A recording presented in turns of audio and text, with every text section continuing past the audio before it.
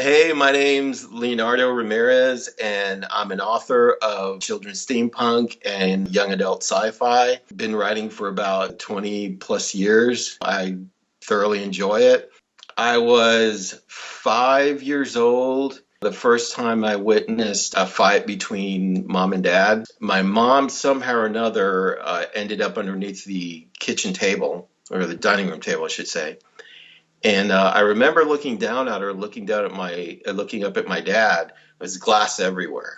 Um, and I asked him, I said, "Well, is she dead?" And he said, "No, she's just sleeping."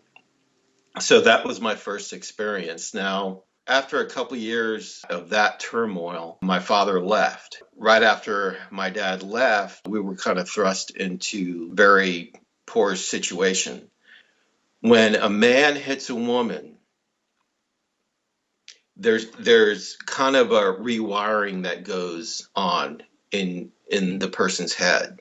This becomes the new normal. This really affected my mom, despite the fact that it was not her fault.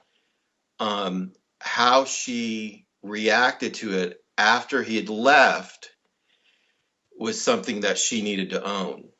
In the midst of all that, there was not just the angst of living in poverty and living on, food stamps, welfare, hand-me-downs, whatever we could get. There was always that turmoil, that explosive atmosphere in the home, to where I never knew when she was going to blow up and throw something at me or hit me with a broomstick. She'd take my hand and put it on a stove. There was another time later where she stabbed me in the hand with a screwdriver, that kind of thing. For a season, I bounced around with some uncles and aunts.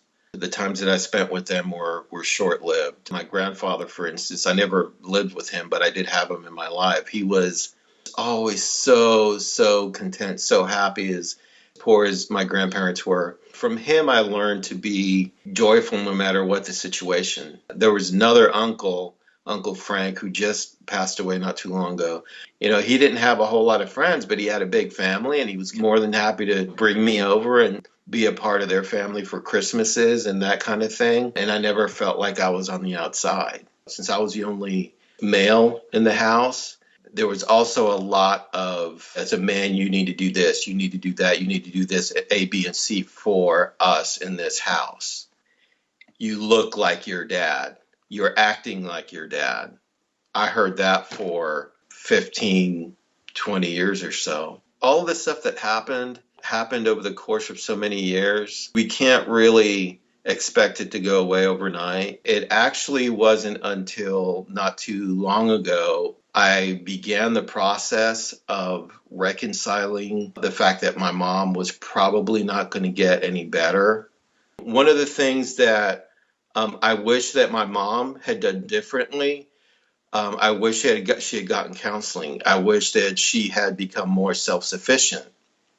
I wish that she had taken care of herself. Now, my wife also grew up in an abusive situation, and when I saw that, I just kind of determined this is not going to be the life that we're going to pass on to my daughter. She had had a falling out with her mom.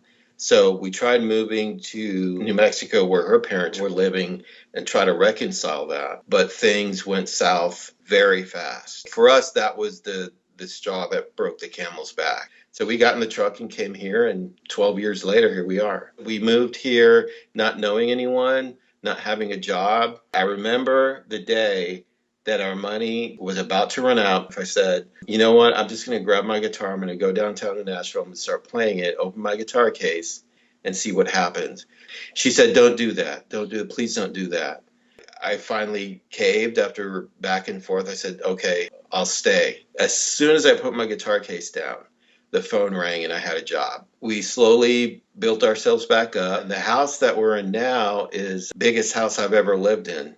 There were times when I was a kid where I didn't even have my own room. I slept on the couch in the living room. There was a time where, time after time, we lost our house because my mom wouldn't pay rent. We were homeless. And now We live in a house. I have my own office.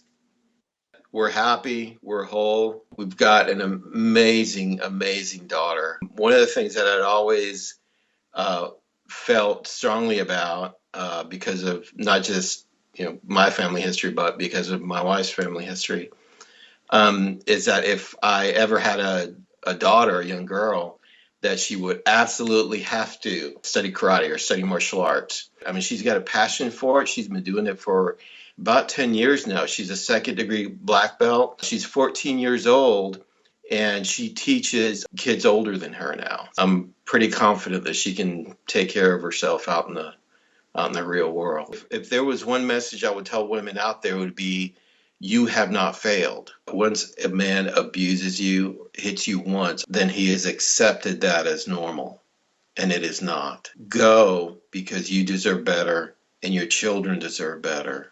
Find a church, go to your parents, go to whoever will take you in, do things for yourself, take care of yourself. Learn to defend yourself, become self sufficient, get counseling. If you're a boy or a girl, a child, if there's something deep down in the recesses of your heart that says to you, this is not normal, I would suggest you listen to it because chances are it's not. If you have someone in your life, an aunt or an uncle that you can bond with, search them out. If you don't, like I didn't, pray and hang on and hold fast. It won't always be this way. It won't. Things will change. Things will get better.